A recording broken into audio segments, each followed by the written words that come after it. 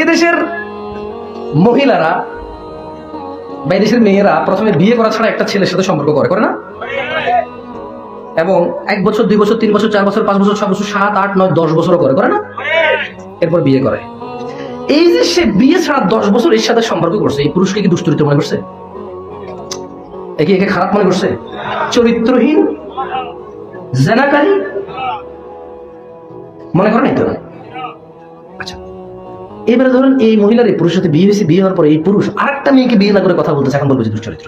কে রে, তোকে বিয়ে না করে 10 বছর কথা বলা যায়, চরিত্রহীন হয় না? আরেকজনকে বিয়ে না করে ওর সাথে 10 বছর কথা বলে প্রবলেম কোথায়? Things are same, because পুরুষ তো একের অধিক বিবাহ করার ওর অনুমতি আছে তৌফিক অনুযায়ী। কি অনুযায়ী? ওকে ওকে ওকে বোন, তোমার স্বামী তৌফিক নেই, কারণ কারোর স্বামী তো তৌফিক আছে না? এখন তোমার সাথে সে বিয়ে না করে কথা বলতে পারলো 10 বছর, তুমি ওকে জেনাকারী আর দুশ্চরিত্র মনে করলা না? আরেকটা মেয়েকে বিয়ে না করে কথা বললে হোয়াট ইজ ইউর প্রবলেম? সে তো একের অধিক ওয়াইফ রাখতে পারে, ওকে বিয়ে করে ফেলবে 10 বছর পর, সমস্যা কোথায়? ঠিক না রে দুশ্চরিত্র? ঠিক। তো ভাবছে যে ওর আগের 10 বছরের কথা আমি ভালো বলছি। আমি মূলত বুঝে দিয়েছি তোমার এই স্বামী 10টা বছর আগে চরিত্রহীন জেনেই তুমি গ্রহণ করেছো, এখন এর থেকে কি আশা করো? আর এই চরিত্রহীন পুরুষ বিয়ে না করে মেয়েদের সাথে কথা বলার অভ্যাস, ওর আদত, ওর ফিতরত, ও বিবাহ বহির্ভূত সম্পর্ক করবে। এখন তোমার কমপ্লেন কেন? তুমি তো আগেই জানতা বিয়ের আগে তোমার সাথে তোর জানা সম্পর্ক ছিল। আর মেয়েদের আরেকটা ফেভারিট ধর্ম বলি, একজন পুরুষ যত খারাপ হোক জীবন কারো বিচার দেবে না। যেমন ঘুষখোর কেউ বিচার দেয়, সুদখোর কেউ বিচার দেয়, চিটার, বাটপার, ধোকাবাজ বিচার দেয় না তো। সিগারেট খায় দেয়, কিছু কিছু মহিলার স্বামীর স্বাস্থ্যের চিন্তা করে দেয়, গুণার চিন্তা করে না। কি চিন্তা করে দেয়? স্বাস্থ্যের চিন্তা করে দেয়। এবার আসেন এই স্বামীটা একটা মেয়ের সাথে কথা বলে, এবার আল্লাহ গো তোর দুলা হয়তো এসে সে এসে আনছে দেন এসে আরেক জায়গায় ফালাই দিল, মা বাবা সাগরে ফালাই দিল, ঠাই পাইতেছি না, দুই পা একসাথে দিয়ে নেমে গেছি, পা 2 নৌকায় দিয়ে দিয়েছি, কত কথা কত ঝামেলা, স্বামীর সাথে কথা নাই, বাবার বাড়ি চলে যাচ্ছে, ছেলেকে বলছে তোর বাবাটা দুশ্চরিত্র, ছেলে যদি একটু বেশি কাঁদতেছে কিছুর জন্য থাম করে মারবো, চরিত্রহীন ছেলে তো ভালো হবে না, অমানুষের ছেলে অমানুষ। দেখেন ঘুষ খেয়েছে ওর কোনো প্রবলেম হয় নাই, সুদ খেয়েছে ওর প্রবলেম হয় নাই, কেন? ওর স্বামীর বেতন হচ্ছে 30,000 টাকা সরকারি অফিসারের অফিস। ওর স্বামী জমি কিনে, জায়গা কিনে, বিল্ডিং কিনে, গাড়ি কিনে, শ্বশুর বাড়ির সালারে 20 লাখ হাওলাত, সমুদ্রেতে 5 লাখ হাওলাত, নিজের ভাইরে 2 লাখ 4 লাখ টাকা দেয়, ভাতিজাকে বিদেশ পাঠায়, কারো কোনো প্রবলেম আছে? ও শুধু যদি খালি কোনো মহিলার সাথে ধরা পড়ে তাহলে এটাই হলো অপরাধ। এদেশে বউদের কাছে স্বামী অন্য মহিলার সাথে কথা বলে, এই অপরাধ ছাড়া কোনো অপরাধী অপরাধ মনে হয় না। এমন মেয়েদের স্বামীরা কেমন ভালো হবে যে মেয়েরা তো নিম্ন মন মানসিকতা। যাকে আমি আমার আলোচনার বিষয় চলে আসি, যেটা বলছিলাম 15-20 মিনিট। যুবক ভাই আমার, কেউ ঠিক কিনা ব্যাঠিক কিনা যে যু বলিও না, কেমন নীরবে শোনো, অনেক যে যু বলছো এগুলো দরকার নাই। কোরআন সুন্নাহ থেকে এখন কথা বলবো, তুমি ঠিক বললো ঠিক, ব্যাঠিক বললো ব্যাঠিক, আমার বলতে দিল ঠিক, আমার নামা দিল ঠিক, এটা কেউ উল্টাতে পারবে না। আমি দেখে কথা বলবো ইনশাআল্লাহ। আউযু বিল্লাহি মিনাশ শাইতানির রাজিম। আসমানিয়া বাজারের যুবক ও যুবতীরা, বৃদ্ধ বৃদ্ধারা, ধনী ও দরিদ্ররা, আজকের এই মাইকের সাউন্ড যতদূর যাচ্ছে সবাইকে বিনীত অনুরোধ করে বলি, ইত্তাকু রাব্বাকুম, তোমরা তোমাদের রবকে ভয় করো, হাক্কা তুকাতিহ, যেভাবে ভয় করা উচিত, মন মতো নয়, যতটুক নিজের পক্ষে শুধু অটুক নয়, যতটুক নিজের জন্য কষ্ট করো অটুকু। তিনি সুবহানাহু ওয়া তাআলা বলেছেন, কুল, ও মুহাম্মদ সাল্লাল্লাহু আলাইহি ওয়াসাল্লাম আপনি আপনার উম্মতদেরকে বলে দিন, ইন্নামা হাররামা রাব্বিয়াল ফাওয়াহিশ মা যাহারা মিনহা ওয়া মা বাতান, বলুন নিশ্চয়ই আমার রব, আমার আল্লাহ, আমার রব নিষিদ্ধ করেছেন, হারাম করেছেন ফাওয়াহিশ, অপরাধ অশ্লীলতাকে, যেটা প্রকাশ্যে করে এবং যেটা গোপনে করে। বলছে যে ও মানুষ তোমরা শুনে নাও, তোমরা যে অপরাধ গোপনে করো অথবা প্রকাশ্যে করো, আমার রব তিনি তা নিষিদ্ধ করেছেন, হারাম করেছেন, তিনি তা হারাম করেছেন। ওয়াল ইসমা ওয়াল বাগয়া বিগাইরিল হক ওয়া আন তুশরিকু বিল্লাহি মা লাম ইউনাজ্জিল বিহি সুলতানা ওয়া আন তাকুলু আলা আল্লাহি মা লা তা'লামুন। আমার রব হারাম করেছেন প্রকাশ্যে ও গোপনের অপরাধ, আর পাপ ও অন্যায়ভাবে সীমালঙ্ঘন এবং কোনো কিছুকে আল্লাহর সাথে শরীক করাকে আমার রব হারাম করেছেন, যে বিষয় তিনি কোনো প্রমাণাদি নাজিল করেননি। ওয়া আন তাকুলু আলা আল্লাহি মা লা তা'লামুন, এবং তোমরা আল্লাহর ব্যাপারে এমন কিছু বলবা যে ব্যাপারে তোমাদের কোনো জ্ঞান নেই, এই বিষয়গুলো আমার রব হারাম করেছেন। দিনী ভাইয়েরা, আমরা রহমানের বান্দা হওয়া উচিত। তিনি সুবহানাহু ওয়া তাআলা কোরআনুল কারীমে বলছেন ওয়াল্লাযীনা লা ইয়াদউনা মা আল্লাহি ইলাহান আখার, এবং তারা রহমানের বান্দারা আল্লাহর সাথে কাউকে শরীক করে না। ওয়ালা ইয়াকতুলুনা আন-নাফস আল্লাতী হারামাল্লাহু ইল্লা বিল হক ওয়ালা ইয়াজনুন, ওয়ালা ইয়াজনুন, রহমানের বান্দারা জিনা করে না। ওয়ালা ইয়াজনুন, রহমানের বান্দিরা জিনা করে না। যারা নিজেকে রহমানের বান্দা মনে করে, পুরুষ ও নারী, মহিলা ও পুরুষ, ছেলে ও মেয়ে, বয়স্ক যুবক যুবতী, ধনী দরিদ্র, যে কেউ সুস্থ অসুস্থ, ওয়ালা ইয়াজনুন, যারা নিজেকে রহমানের বান্দা বলে নিজেকে স্বীকৃতি দেয়, কিয়ামতের বিচারের মাঠে আল্লাহকে বলবে, ও আল্লাহ তুমি রহমান, তুমি দয়ালু, আমি তোমার বান্দা ছিলাম। ওয়ালা ইয়াজনুন, আল্লাহ বলছে তারা জিনা করে না। ওমান ইয়াফআল যালিকা ইয়ালকা আযামা, আর যে ব্যক্তি এই জিনা, ব্যভিচার, শিরক এগুলো করে, আল্লাহ সুবহানাহু ওয়া তাআলা বলছেন যে এগুলো করে সে এগুলো শাস্তি ভোগ করবে। দিনী ভাইরা, আল্লাহ সুবহানাহু ওয়া তাআলা কোরআনুল কারীমে বলেন, ওয়ালা তাকরাবুজ জিনা ইন্নাহু কানা ফাহিশাতান ওয়া সাআ সাবিলা, তোমরা জিনার কাছেও যেও না। ওই যে বোন আমাকে প্রশ্ন করেছিল, ছেলে বন্ধুর সাথে কোরআন ছুঁয়ে শপথ করেছে, ছেলে বন্ধুকে ছেড়ে যাবে না, তারপর ছেলে বন্ধু হাতের রক কাটে, আত্মহত্যা করার ধমকি দেয় শুধু জিনা ব্যভিচারে লিপ্ত হওয়ার জন্য। দেখো বোন আমার, ভাই আমার, এটা হওয়ারই ছিল, এটা হবেই হবে, এর থেকে নিস্তার নেই। কারণ তিনি সুবহানাহু ওয়া তাআলা কখনো বলেনি যে তুমি জিনা করিও না, তিনি বলেছে ওয়ালা তাকরাবুজ জিনা, জিনার কাছে যেও না, কাছে কাছে। এই তোমার ছেলে বন্ধু হচ্ছে কাছে যাওয়া, এজন্য তুমি জিনা করতে বাধ্য। আমি আবারও বলি, আল্লাহ বলেনি যে তুমি জিনা করিও না, তিনি এই আয়াতের মধ্যে বলছেন যে ওয়ালা তাকরাব, এটা হচ্ছে মেয়ে, এটা হচ্ছে ছেলে, এটা হচ্ছে পতিতালয়, এটা হচ্ছে হুএভার ইট ইজ, ছেলে অথবা মেয়ে। এখন মেয়েটা যদি ওর সংস্পর্শে আসে, এটা হচ্ছে কাছাকাছি চলে আসা। ছেলেটা যদি মেয়ের সংস্পর্শে যায়, এটা হচ্ছে কাছাকাছি চলে যাওয়া। আল্লাহ তাআলা বলেনি যে তোমরা দুইজন একত্রে মিলিত হইও না, উনি বলছেন যে কাছেই আসিও। কি বলেছো উনি? কাছে আসো। ওয়ালা তাকরাবুজ জিনা। আমি দেখেছি কিছু ছোট বলা ভাই আমাকে ব্যঙ্গ করতে। আমি গত কয়েকদিন আগে এরা মাহফিলে যাচ্ছিলাম, তো এদের বয়সী ছেলেরাই, আমি যে মাঝে মধ্যে বলি ইত্তাকুল্লাহ ইয়া শিবাব বিল্লাহ বলি, তোরা মানে জোরে জোরে অর্থ হাসি হাসতেছিল, ওরা আমাকে দেখে বলছে ইত্তাকুল্লাহ, মানে হাসতেছে। ওদের কাছে ইট ইজ নট এনিমোর আয়াতুল, মানে কোরআনের আয়াত, it is just a fun. They wanted to see me. তারা আমাকে দেখতে আসে, অনেকে ভাবে যে উনি বলার ধরন ভিন্ন। এটা দেখি সারাদিন ওনার ফেসবুকে বিভিন্ন কাজকর্মে ওনাকে দেখি, একটু এখানে যায় সরাসরি দেখি, অনেকের মনে এরকম বাসনা জাগে বা ইচ্ছা জাগে, কৌতূহল জাগে, এই জন্য আসে ওরা, দিন শিখতে আসে না। শোনো ভাই আমার, আমি জামশেদ মজুমদার এখন পর্যন্ত যত মাহফিল করেছি, বেশিরভাগ শ্রোতা 30-এর নিচে বয়স। আমার জন্য সো টাফ, আমার জন্য অনেক কঠিন তোমাদেরকে বোঝানো, কারণ এই বয়সে কেউ কারো বুঝ নেয় না। ইল্লা মান রাহিমা রব, যাকে তার রব রহম করে, যে তার রবের রহম কামনা করে, সেই শুধু পরোয়া করে, বাকি কেউ আর পরোয়া করতে চায় না। তবে আমি আশাবাদী, ইনশাআল্লাহ আমি আশাবাদী তোমরা একসময় ফিরে আসবে ইনশাআল্লাহ এই পথ থেকে। ছোট ভাই আমার সাথে বলো তো, ওয়ালা তাকরাবুজ জিনা, জোরে বলো, ওয়ালা তাকরাবুজ জিনা, আর জিনার ধারে কাছেও যেও না। ইন্নাহু কানা ফাহিশা, নিশ্চয়ই জিনা অশ্লীলতা, ওয়া সাআ সাবিলা, এবং নিকৃষ্ট আচরণ। আমার সাথে বলো, আন আয়েশা রাদিয়াল্লাহু আনহা, জোরে বলো, আন আয়েশা রাদিয়াল্লাহু আনহা, আয়েশা রাদিয়াল্লাহু আনহা থেকে বর্ণিত। তোমাদের একটু বলে রাখি আয়েশা কি, অনেকে জানো না, আমি শিওর জানো না। না আপনি অবাক হবেন না, প্লিজ অবাক হবেন না, প্লিজ ভাই অবাক হবেন না, আমি জেনে বলছি আপনাকে। আয়েশা রাদিয়াল্লাহু তাআলা আনহা হচ্ছে আল্লাহর নবী মুহাম্মদ সাল্লাল্লাহু আলাইহি ওয়াসাল্লামের প্রিয়তমা স্ত্রী। কে? আমাদের মুমিনরা, আমরা যারা ঈমান এনেছি, মুসলমান আমরা, আমাদের মা, আমাদের কি? আরেকটা কথা বলে রাখি, আল্লাহর নবী সাল্লাল্লাহু আলাইহি ওয়াসাল্লাম আমাদের কারো পিতা নয়। আল্লাহ নবী সাল্লাল্লাহু আলাইহি ওয়াসাল্লাম আমাদের কারো কি? কিন্তু ওনার স্ত্রীরা আমাদের কি?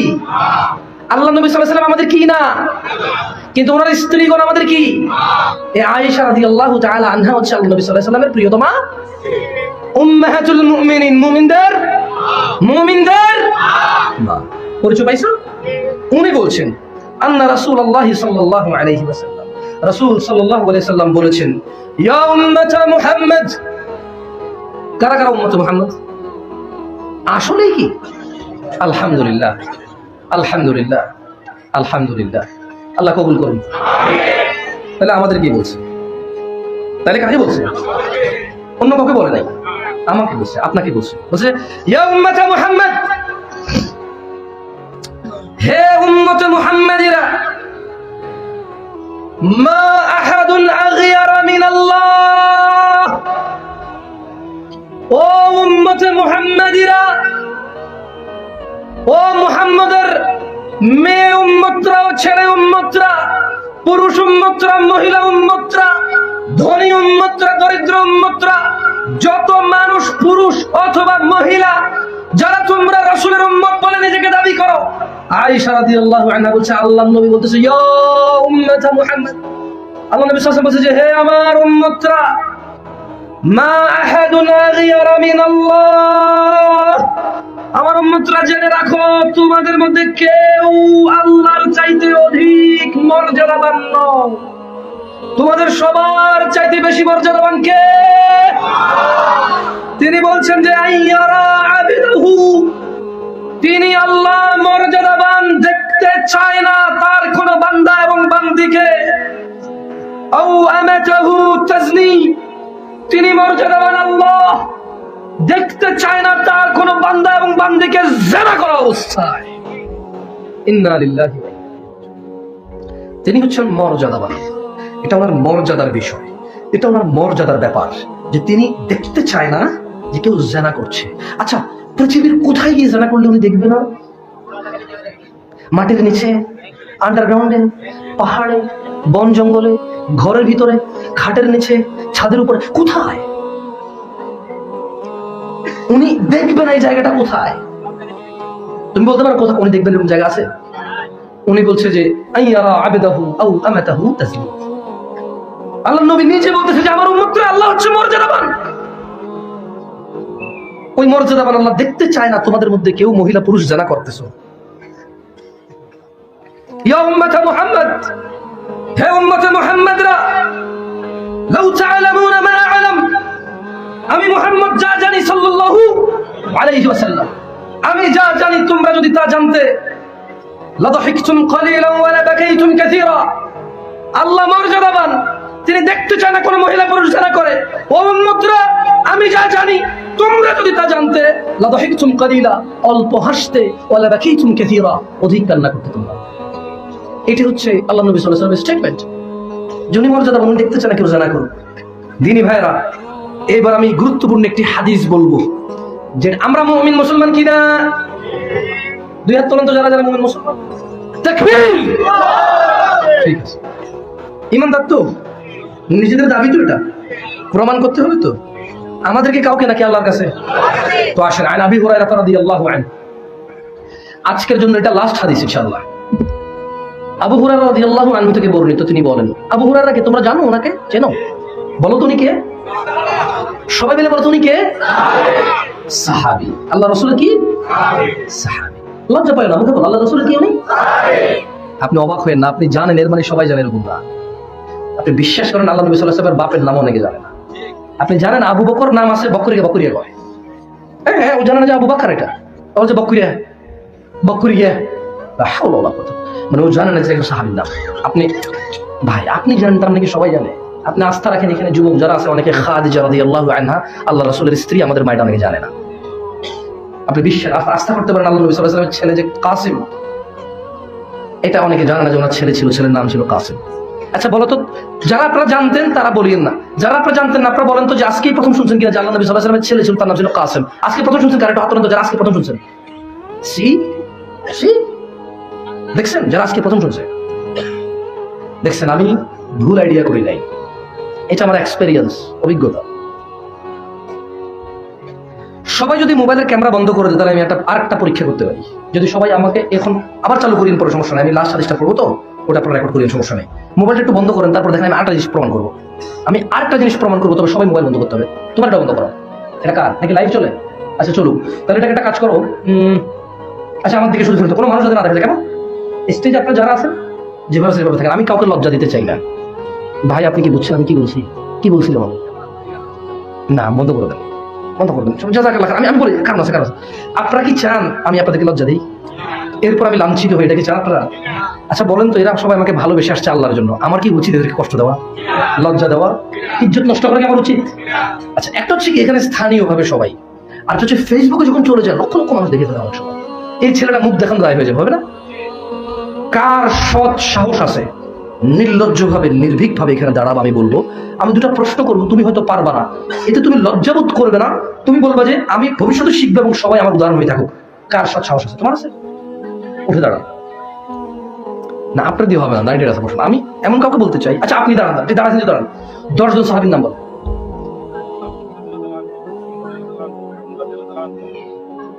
কেউ ভিডিও করবো না প্লিজ, হ্যাঁ? কেউ শিখাই দেবে না, নকল চলে নাকি? বাংলাদেশ একটা খারাপ দেশ আসবে, এখানেও নকল হচ্ছে। হ্যাঁ হ্যাঁ ঠিক আছে। পুরুষ 10 জনের নাম বলেন, পুরুষ 10 জনের নাম বলেন। বসেন বসেন বসেন বসেন। আর কেউ? তুমি বলো, পুরুষ 10 জন সাহাবীর নাম বলো। সালাম।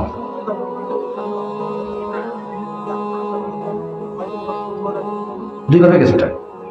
হ্যাঁ, ওমর 2বার বলে ফেলছে, ঠিক না? হ্যাঁ, ইবনে ওমর হইতে পারে।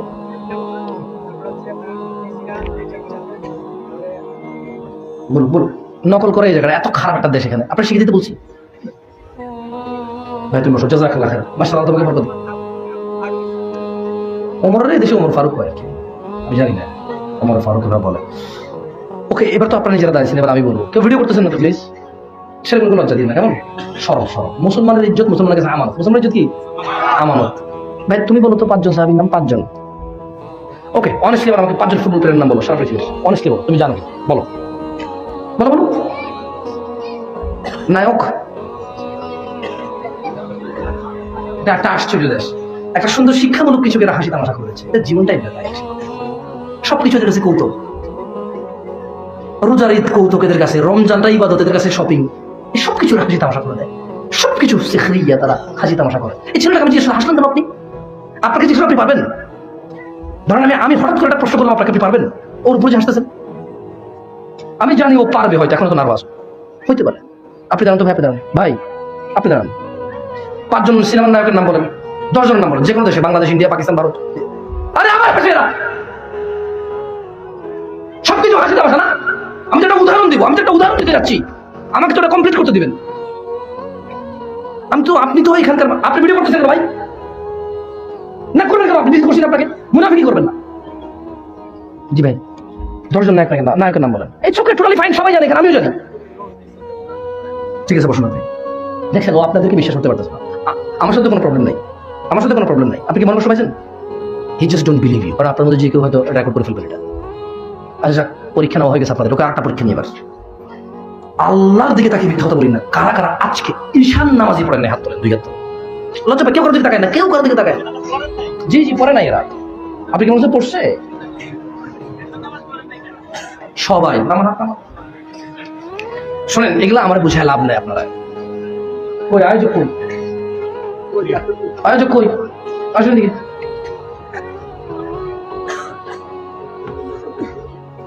বলেন, আপনি আমাকে যে টপিক দিয়েছেন, আমার পক্ষে সম্ভব কিছু করা এখানে? একটা উদাহরণ, সালাহ হচ্ছে বেসিক।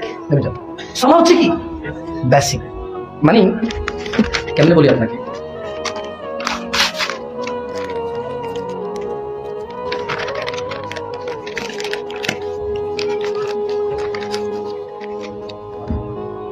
এটা হচ্ছে ইসলাম। এটা হচ্ছে কি? যে এটা গ্রহণ করে একজন মুসলমান হয়, যেটা গ্রহণ করে একজন কি হয়? তাহলে এটা এখন মুসলমান, এটা কি এখন ইসলাম? কি দেখা যায়?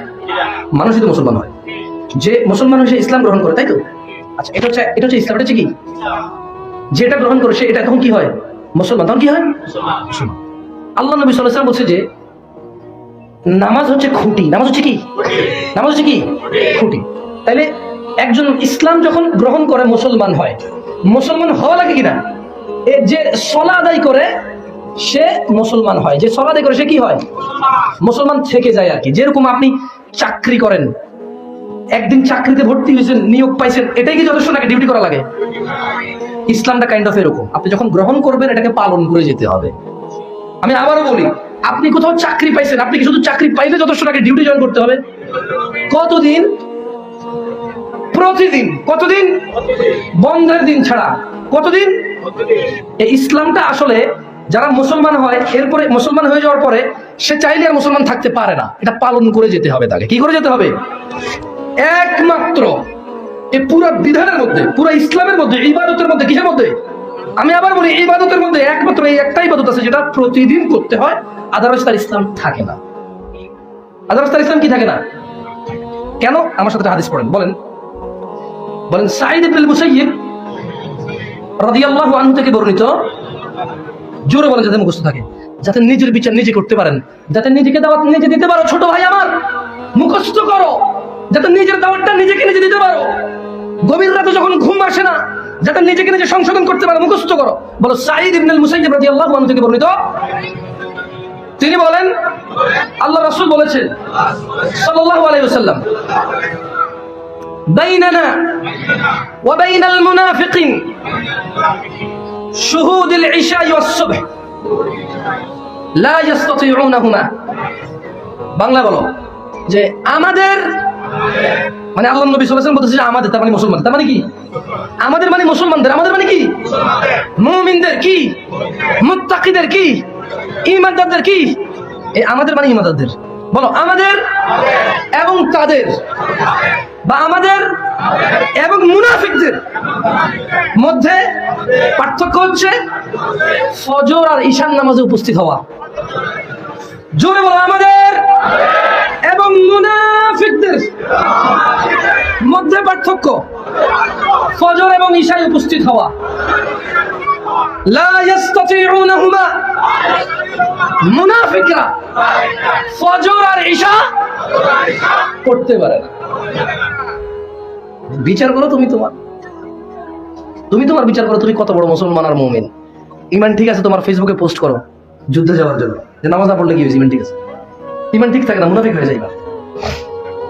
জাবের রাদিয়াল্লাহু আনহু থেকে একটা হাদিস বর্ণিত আছে যে, বাইনাল আবদি ওয়া বাইনাশ শিরকি ওয়াল কুফরি তারকুস সালাহ।